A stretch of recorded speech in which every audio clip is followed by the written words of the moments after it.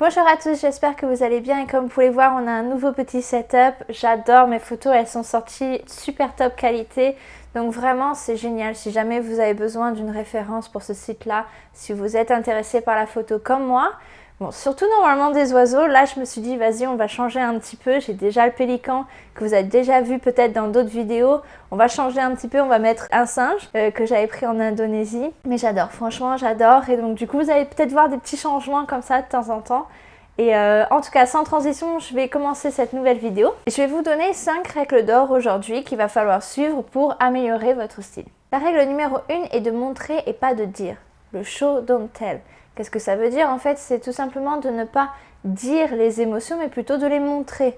Au lieu de dire qu'un tel est content, montrez-le par des gestes et des expressions du visage qui permettront au lecteur de comprendre qu'il est content. Au lieu de décrire la joie d'un personnage, Brigitte était très contente, décrivez ses pupilles, décrivez son sourire, décrivez peut-être un cri de victoire, un soupir de soulagement, décrivez une action, un geste, une expression qui permet en fait de comprendre cette joie sans l'écrire simplement. Brigitte était très contente parce que c'est un petit peu banal et qu'il n'y a pas assez d'implication émotionnelle par rapport au lecteur. Je trouve personnellement en plus que ce genre de choses, quand vous montrez l'émotion plutôt que de la dire, vous allez en fait nuancer cette émotion. Quand vous dites un soupir de soulagement, un cri de victoire, les pupilles qui se dilatent, c'est en fait beaucoup plus précis que le vague était content. Content, c'est très très vague et en plus on ne sait pas par rapport à quoi.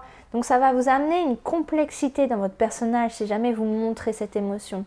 Et puis les émotions sont très codifiées dans notre société. C'est très intéressant de voir comment en fait les expressions du visage sont décodées et comment en fait votre lecteur inconsciemment va prendre plein d'informations en même temps. Vous n'avez pas besoin de tout lui mettre sur un plateau.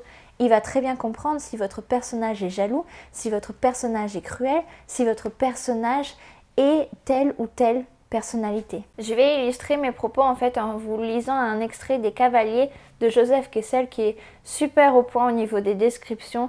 C'est vraiment facile à lire, c'est vraiment assez divertissant et lui il pratique très bien le show don't tell, le montrer et ne pas dire. Sur son visage net et cruel, qu'affinait une barbe courte taillée en pointe de poignard, la crispation des mâchoires faisait danser les muscles et saillir les pommettes. Et le bazar chuchotait. Il n'est pas comme les autres. Jamais un mot, jamais un sourire. Si fier, si dur. Il n'a d'amitié pour personne, pas même pour les chevaux. Il fait peur, un loup.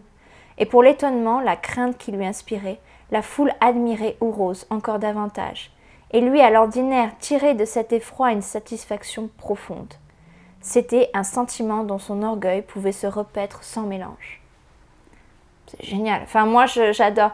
Et au lieu, en fait, de dire juste « Ourose est un homme orgueilleux », ce qui aurait pu résumer la scène tout simple, Joseph Kessel, en fait, fait traverser ce personnage dans une foule qui a de l'effroi, qui a de l'admiration, mais qui en même temps trouve ce personnage un peu effrayant. Et le fait qu'il le traverse, en fait, il est à cheval et la façon, la posture, tout est détaillé, en fait. Les visages est très hautain, le regard et tout. Tout est détaillé pour vous montrer, pour vous donner en fait l'envergure de l'orgueil d'Ourose. Et je trouve que c'est génial. Et vous, c'est ce que vous devez rechercher dans votre roman. Au lieu de décrire simplement qu'un tel est jaloux, décrivez-le par une action, décrivez-le par une attitude, décrivez-le par un comportement. Ça va être beaucoup plus impactant et c'est pour ça que moi, ça fait quelques mois que je n'ai pas lu ce livre, enfin je l'ai fini. Et du coup, je me rappelais de cette scène. Quand j'ai écrit le script de cette vidéo, je me suis dit, tiens, je vais utiliser cette scène, c'était très bien. Donc votre scène, en fait, elle va beaucoup plus impacter votre lecteur que de simplement résumer en une phrase un trait de personnalité de votre personnage. Règle numéro 2, il faut simplifier et choisir. Donc c'est deux choses en fait que j'ai choisi de combiner en une seule règle. Choisir en fait ça va être dans l'ordre des comparaisons et des images. Généralement pour donner un petit peu d'ampleur à nos émotions, à nos personnages, à nos paysages, on a tendance à faire des comparaisons. On a tendance à par exemple rapporter le bleu des yeux aux vagues de l'océan, au ciel. C'est un petit peu cliché mais c'est juste pour vous donner un exemple.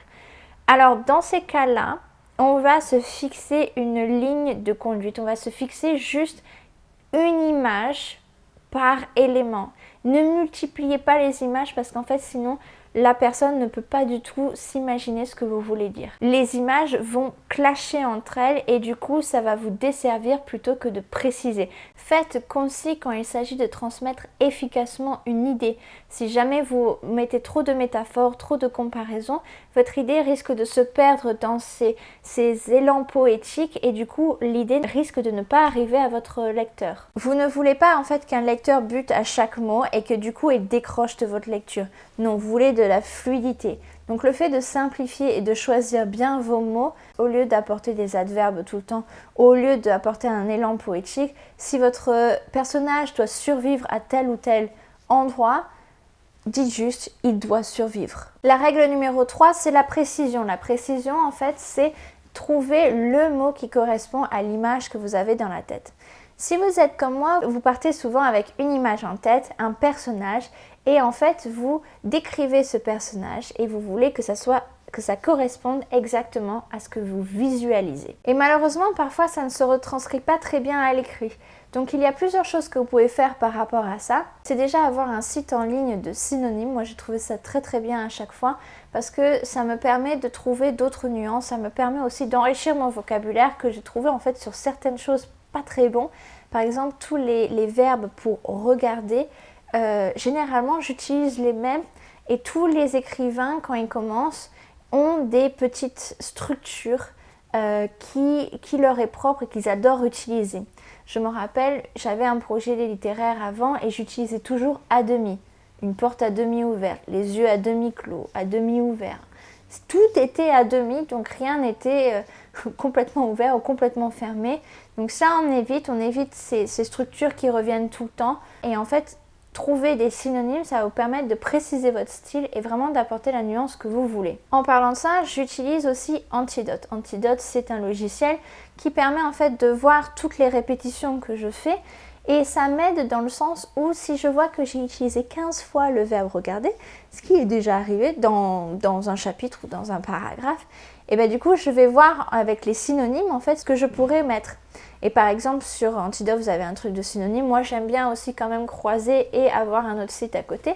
Mais par exemple je vais voir si je ne peux pas remplacer quelques-uns de ces verbes regarder par observer, examiner, juger, jeter un coup d'œil. Tous ces synonymes-là, en fait, qui vont m'apporter quelque chose de plus complexe que seulement regarder. Règle numéro 4, il faut varier vos structures. Alors ça, c'est super important pour le rythme de votre manuscrit.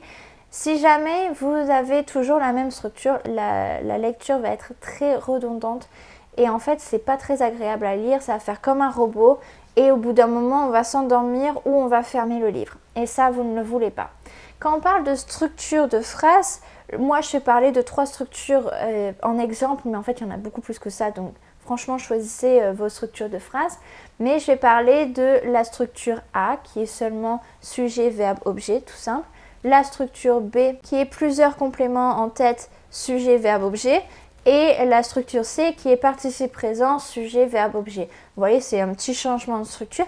Et bien, rien que ça, en fait, rien que de savoir quelle structure vous utilisez la plupart du temps, ça va changer votre vie, ça va changer votre roman. Quand vous utilisez un paragraphe pour décrire tel ou tel royaume et qu'en fait vous avez mis 5 phrases qui commencent par un participe présent, c'est très répétitif, c'est très monotone et en fait tout simplement en changeant une structure C à une structure A, ça peut varier et ça peut donner du rythme à la lecture, ça peut donner du rythme à votre manuscrit. Là aussi, je vais vous donner un petit exemple. Alors, je vais vous donner un exemple d'un paragraphe, d'abord qu'avec des phrases de type A. Ed sentait la chaleur brûler sa peau. Le soleil asséchait la terre sous ses pieds. Le vent soulevait des nuages de poussière. Ed cherchait de l'eau, mais le sol était sec. Donc, comme vous voyez, c'est très répétitif parce qu'en fait, c'est sujet, verbe, objet.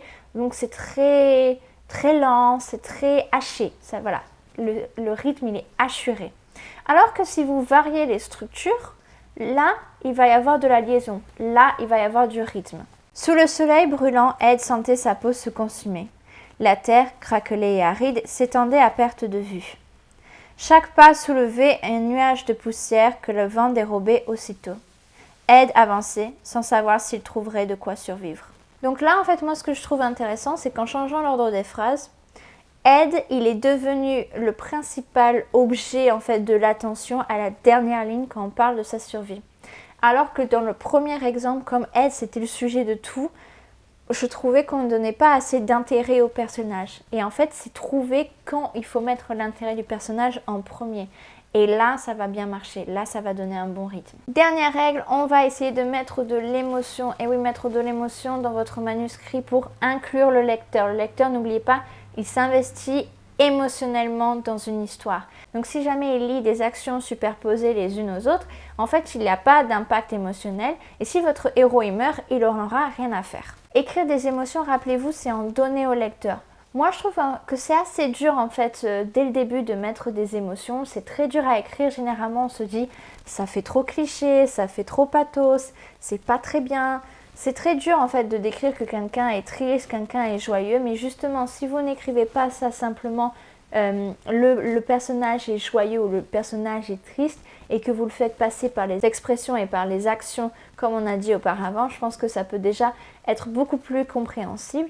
Petit conseil, vous pouvez avoir un carnet où vous notez en détail, en fait, vous décrivez vos propres émotions. Ça peut vous aider à décrire les émotions de votre personnage avec perspicacité et avec réalisme. Voilà, j'espère que cette vidéo vous aura plu et je vous dis à la prochaine. Ciao!